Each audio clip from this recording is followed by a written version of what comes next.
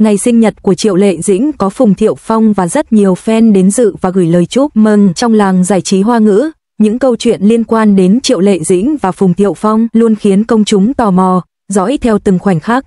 Đặc biệt, mỗi dịp quan trọng của hai người, dù là lễ trao giải, sự kiện công khai hay sinh nhật riêng tư, đều thu hút sự chú ý mạnh mẽ từ người hâm mộ. Và năm nay cũng không ngoại lệ, vào ngày sinh nhật của Triệu Lệ Dĩnh, một sự kiện đặc biệt đã diễn ra khiến mạng xã hội dậy sóng. Rất đông người hâm mộ đã tập trung để chúc mừng cô, và điều khiến tất cả bất ngờ nhất chính là sự xuất hiện của Phùng Thiệu Phong. Không gian sự kiện được trang trí rực rỡ với hàng trăm bó hoa, những ánh đèn vàng ấm áp và hàng loạt bức ảnh lưu giữ khoảnh khắc rạng rỡ của nữ diễn viên trong suốt chặng đường sự nghiệp. Đây không chỉ là một buổi tiệc sinh nhật đơn thuần, mà còn giống như một buổi giao lưu tri ân đầy cảm xúc giữa Triệu Lệ Dĩnh và người hâm mộ của cô. Khi nữ diễn viên xuất hiện trong bộ váy trắng nhẹ nhàng, đơn giản mà thanh thoát, tiếng reo hò và vỗ tay vang lên không ngớt. Ánh mắt của cô lấp lánh hạnh phúc, nụ cười dịu dàng lan tỏa năng lượng tích cực cho toàn bộ khán phòng. Điều đặc biệt nhất là giữa biển người và hàng loạt ống kính máy ảnh, Phùng Thiệu Phong lặng lẽ bước vào khu vực khán giả, không phô trương, không ồn ào. Anh chọn cách đứng ở một góc kín đáo nhưng vẫn có thể dõi theo toàn bộ khung cảnh buổi tiệc. Khi các fan nhận ra anh, những tiếng xì xào lập tức vang lên, không phải là sự phản đối hay ngạc nhiên tiêu cực, mà là những tiếng reo nhẹ pha chút cảm xúc.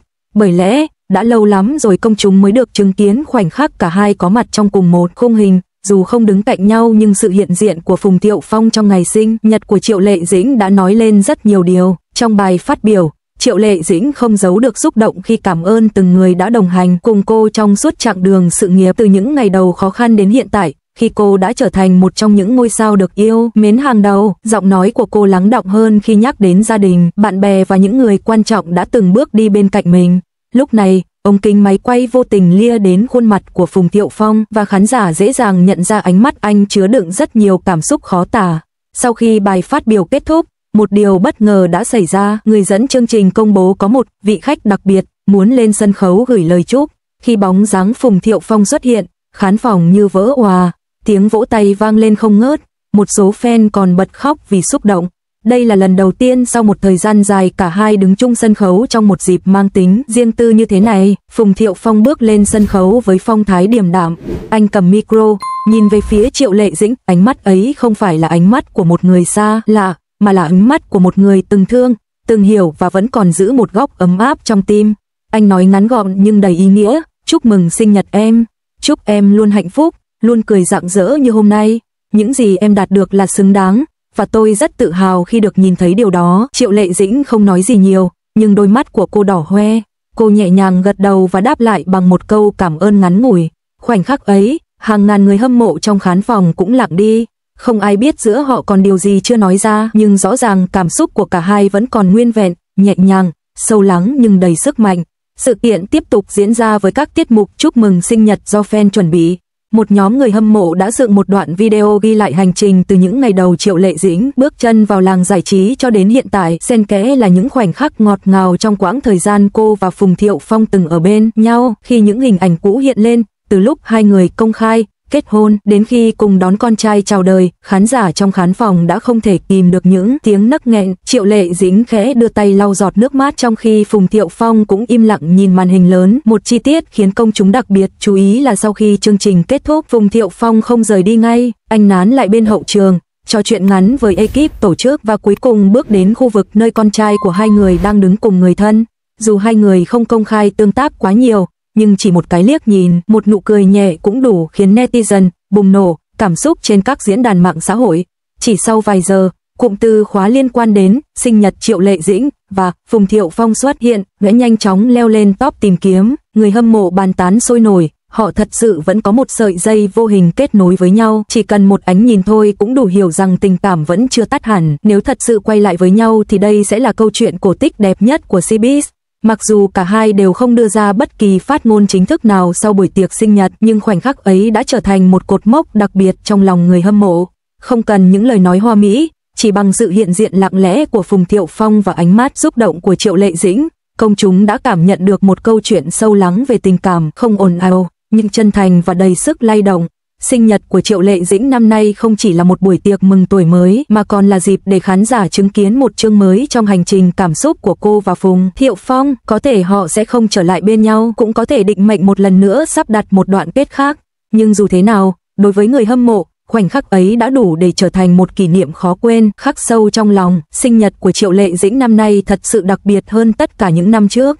Không chỉ bởi quy mô buổi tiệc hoành tráng mà còn bởi cảm xúc chan chứa bao trùm khắp không gian. Từ sảnh chính dẫn vào hội trường, hàng dài fan hâm mộ xếp hàng cẩn thận, mỗi người trên tay đều cầm theo một món quà nhỏ, nào là gấu bông, thiệp chúc mừng, poster, hoa hồng, tất cả được chuẩn bị bằng cả trái tim. Họ đến không chỉ để chúc mừng sinh nhật nữ thần tượng mà còn để bày tỏ lòng biết ơn với người đã truyền cảm hứng cho họ suốt nhiều năm qua. Cả khán phòng được phủ một màu trắng xanh nhẹ nhàng, ánh đèn vàng ấm áp chiếu xuống sân khấu chính, nơi một tấm ảnh khổ lớn của Triệu Lệ Dĩnh mỉm cười tươi tắn được đặt chính giữa. Dàn âm thanh, ánh sáng hiện đại tạo nên bầu không khí lung linh như cổ tích. Khi đồng hồ điểm đến thời khắc mở màn, tiếng nhạc vang lên, hàng ngàn người đồng loạt giơ lightstick sáng rực. Một MC bước ra sân khấu, giọng nói đầy nhiệt huyết giới thiệu: "Xin chào mừng mọi người đến với buổi sinh nhật của Triệu Lệ Dĩnh." Và rồi, khoảnh khắc được mong chờ nhất cũng đến. Trong tiếng reo hò cuồng nhiệt, Triệu Lệ Dĩnh từ từ bước ra. Cô mặc một chiếc váy dài màu trắng ngọc, mái tóc búi nhẹ phía sau, để lộ gương mặt thanh thoát. Gương mặt ấy không chỉ đẹp mà còn toát lên sự chững chạc, dịu dàng của một người phụ nữ từng trải, đã đi qua nhiều sóng gió nhưng vẫn luôn giữ nụ cười hiền lành. Khi bước lên sân khấu, cô cúi đầu cảm ơn khán giả, nụ cười ấy khiến cả khán phòng như bùng nổ thêm một lần nữa.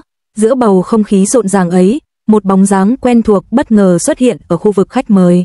Đó chính là Phùng Thiệu Phong. Anh mặc vest đen đơn giản, tóc được chải gọn gàng, ánh mắt bình thản nhưng ẩn chứa điều gì đó rất sâu lắng. Không ai ngờ rằng anh sẽ có mặt trong buổi tiệc này, bởi cả hai đã giữ khoảng cách khá lâu trên truyền thông.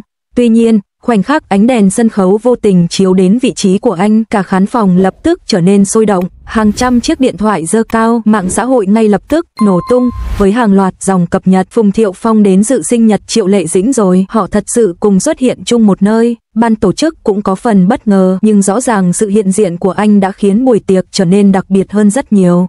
Trong phần phát biểu của mình, Triệu Lệ Dĩnh chia sẻ rất chân thành: "Tôi đã đi qua nhiều giai đoạn của cuộc đời, có vui có buồn, có thành công và cả những nỗi đau. Nhưng điều khiến tôi cảm động nhất chính là vẫn còn rất nhiều người luôn ở đây, yêu thương tôi, dõi theo tôi và ủng hộ tôi. Tôi thật sự cảm ơn các bạn vì đã luôn là điểm tựa tinh thần vững chắc." Khi cô nói đến chữ gia đình, giọng nói bỗng trùng xuống, ánh mắt vô thức nhìn xuống khán đài. Trùng hợp thay, ánh nhìn ấy bắt gặp ánh mắt của Phùng Thiệu Phong. Chỉ một khoảnh khắc ngắn ngủi nhưng đủ để khiến trái tim nhiều người trong khán phòng chao đảo. Người từng yêu nhau, từng là vợ chồng, từng có một đứa con chung, giờ đây gặp lại trong ngày đặc biệt nhất của cô. Không cần lời nói, ánh mắt cũng đã đủ để nói lên tất cả. Sau phần phát biểu, MC mỉm cười thông báo: "Hôm nay chúng ta có một vị khách đặc biệt muốn gửi lời chúc sinh nhật đến Dĩnh Dĩnh." Cả khán phòng gần như nín thở chờ đợi. Khi Phùng Thiệu Phong bước lên sân khấu, hàng loạt tiếng reo vang khắp nơi. Anh cầm micro, khẽ nhìn sang cô và nói bằng giọng trầm ấm, điềm tĩnh: "Chúc em sinh nhật vui vẻ. Cảm ơn em đã từng xuất hiện trong cuộc đời tôi, đã mang đến những điều đẹp đẽ. Tôi tin rằng em sẽ còn tỏa sáng hơn nữa trong tương lai." Nhiều fan đã bật khóc khi nghe những lời ấy, bởi đó không phải là lời tán tỉnh, cũng chẳng phải những câu nói ngọt ngào, mà là lời chúc đầy chân thành của một người từng yêu, từng gắn bó.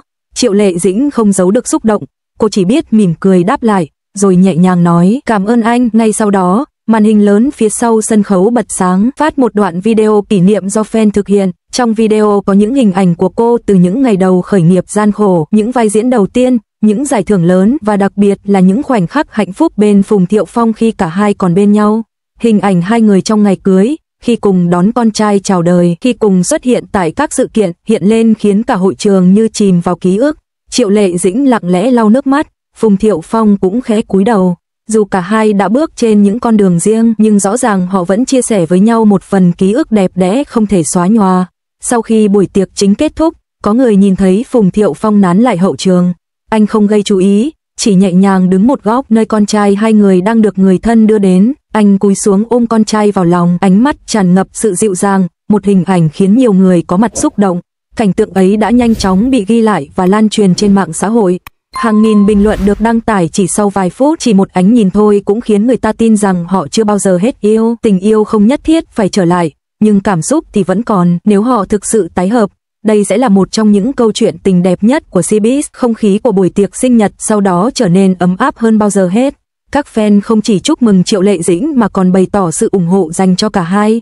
Dù không ai nói ra điều gì rõ ràng, nhưng mọi người đều cảm nhận được điều gì đó rất đặc biệt đang diễn ra, một sự kết nối âm thầm nhưng mạnh mẽ. Tối hôm đó, từ khóa Phùng Thiệu Phong dự sinh nhật Triệu Lệ Dĩnh leo thẳng lên top đầu các bảng tìm kiếm. Các diễn đàn lớn của làng giải trí xôn xao phân tích từng ánh mắt, từng cử chỉ của cả hai.